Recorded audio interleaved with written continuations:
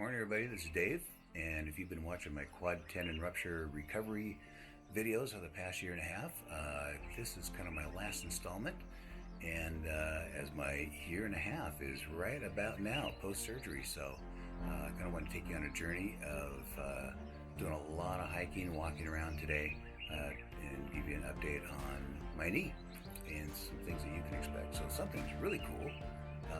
We are at the Sea of Galilee in Israel.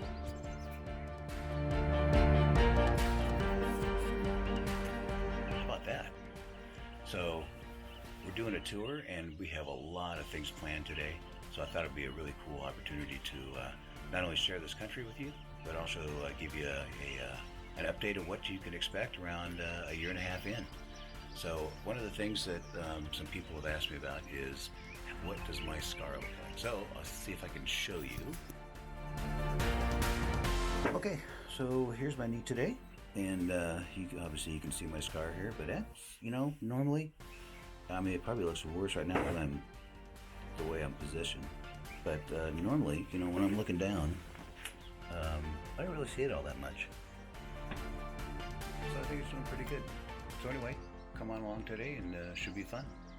All right, I've got my morning gravelly voice out of the way, and so we are on a bus headed up to the Tel Dan Nature Reserve in northern Israel. This is just beautiful country. A tel is like a hill or a mound with ancient ruins buried underneath it. The Dan is one of 3 springs that feed the beginning of the Jordan River, which runs from the Sea of Galilee down to the Dead Sea. We are here at an awesome time of year, late February, early March, and you can see it is green, green, green. Any other time of year, it's going to be very yellow and brown. So you can see from this this view here, we are hiking on wet, slippery surfaces, dry, rocky, uneven surfaces, and my knee did fantastic. And I never would have thought that Israel looked like this. And yet it does in many places. So very, very cool. And this is actually the start of the Dan itself, where the water begins flowing. All right, we are on the bus headed up to Caesarea Philippi now, and what a beautiful area this is. Just look at that river flowing through there. There's a cave up in the upper left-hand corner that water used to pour forth from. Just a really easy hike to get up to the top and take a look around.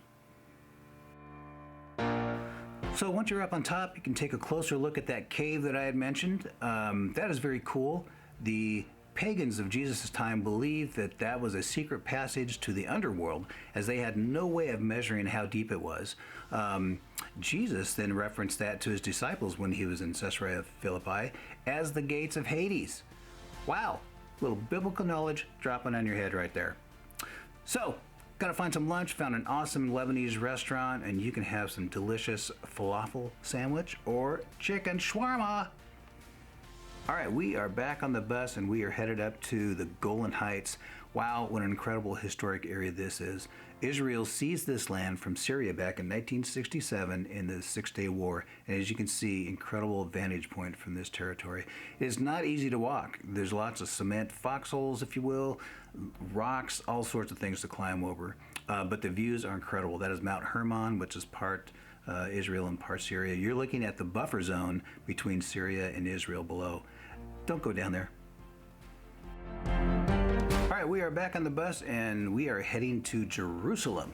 So Jerusalem is one of those cities that has been destroyed and rebuilt and destroyed and rebuilt several times. So if you want to see what Jerusalem looked like back in Jesus' day, well then you have to go about 20 feet under the current city. So that's what we did. We took a lot of tunnels, caves, if you will, a lot of steep stairs, a lot of tight areas, but my knee did fantastic.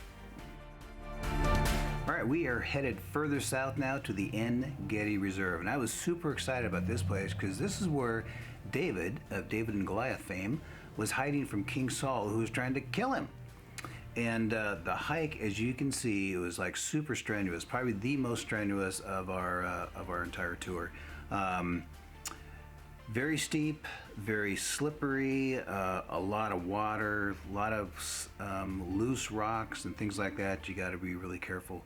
At the end of this day, my knee was pretty darn sore. It did great, but I'm just saying it was still a little bit sore. At the top though, man, what a view, what a payoff. This is called David's Waterfall, and it is just amazing.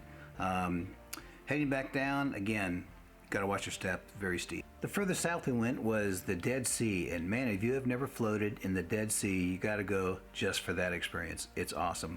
So much fun just to hang out and relax. But if you want to try to work off some of that breakfast, you can always take a jog on the beach.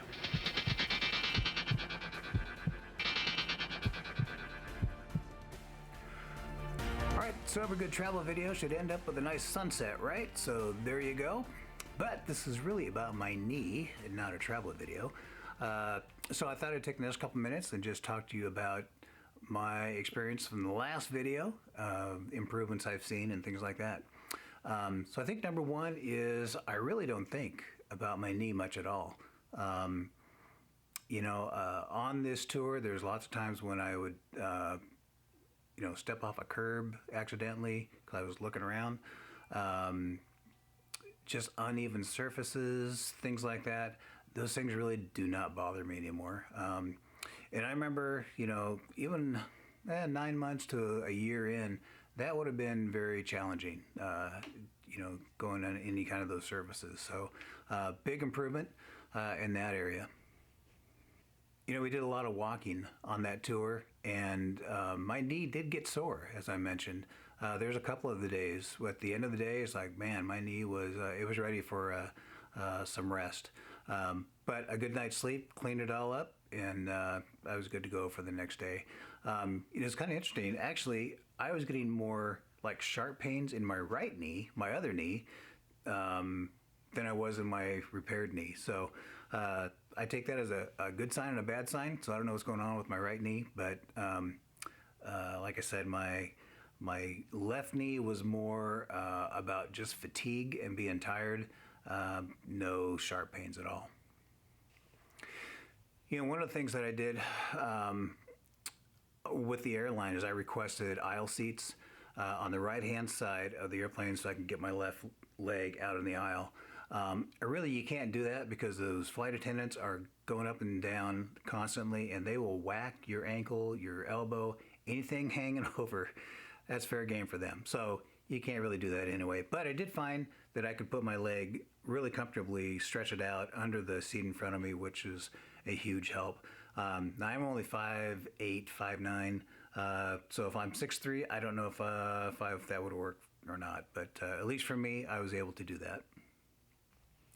You know, one of the best things about making this video series is to be able to read your feedback on your own recovery process and how it compares to mine and things like that.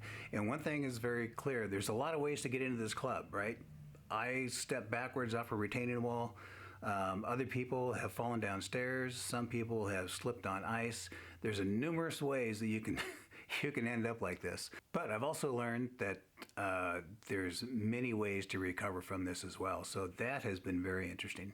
You know, it's interesting, when I first started this video series, I figured at the end of the year, a dozen people might watch it, maybe 2 dozen, because I had just never heard of the injury before. And so I just didn't think there was much interest in it out there. That first video has like over 4,000 views now, which tells me that this is a whole lot more prevalent than I ever thought it was. Well, as I mentioned earlier, this is the last video of this series that I'm going to make. But keep the comments coming. I think it's really important for new members who are joining this club to continue getting fresh intakes on your progress, and I will certainly chirp in there as much as I can too. So anyway, keep them coming. I am starting a new video series on my trip to Jordan and Israel, and I think it's going to be pretty cool. It's more about following the footsteps of Jesus and learning what took place and why at all these various locations that I went to. I'd love to have you join me. Don't be scared. It's about learn something about the Bible. It's actually pretty cool stuff. I think you'll find it actually very interesting. So if you haven't already, please subscribe to my channel. You'll get updates, you'll get notified of when those come out. And anyway, I'd love to get your comments on that as well. Again, thank you for watching this video series on my knee, and it has been really cool to just, like I say, share my input, get your feedback, and I think we're all better for it. At least I hope so. All right, take care. Bye.